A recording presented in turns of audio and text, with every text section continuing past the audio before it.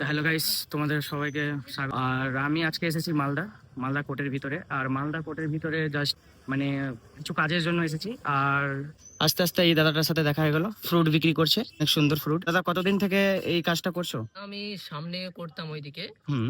আর এখানে কাল থেকে শুরু করলাম। আচ্ছা আচ্ছা। তো সব ফ্রেশ কিনা? Fresh food? অবশ্যই, হ্যাঁ, সব ফ্রেশ? সব কেটে কেটে দেখেন আমি বানাই না, আমি সঙ্গে হ্যাঁ, সঙ্গে বানিয়ে বানিয়ে দিই। অবশ্যই অবশ্যই।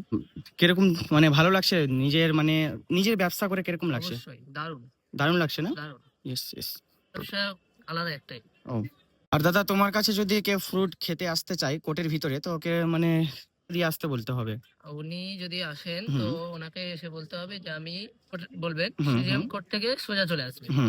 এই কি যেন বলে কালেক্টরি অফিসের ওখানে যাব। আচ্ছা আচ্ছা। কালেক্টরি ওখানে এসে তো আমাকে দেখতে হবে। মানে পার্মানেন্ট মানে থাকো না আবার ফের চেঞ্জ করো মানে আমি জায়গা? এখানেই পার্মানেন্ট। পার্মানেন্ট। হ্যাঁ, আর রবিবার বাদে সব দিনই বসি আমি। আচ্ছা আচ্ছা আচ্ছা। কোর্টের এই রাস্তাটা দিয়ে আসবা, ভিতরে ঢুকবা, রাস্তাটা দিয়ে ভিতরে ঢোকার পর এই দিকটা যাবা, বাস যাকে আমি দেখালাম ঠিক দেখতে পেয়ে যাবা।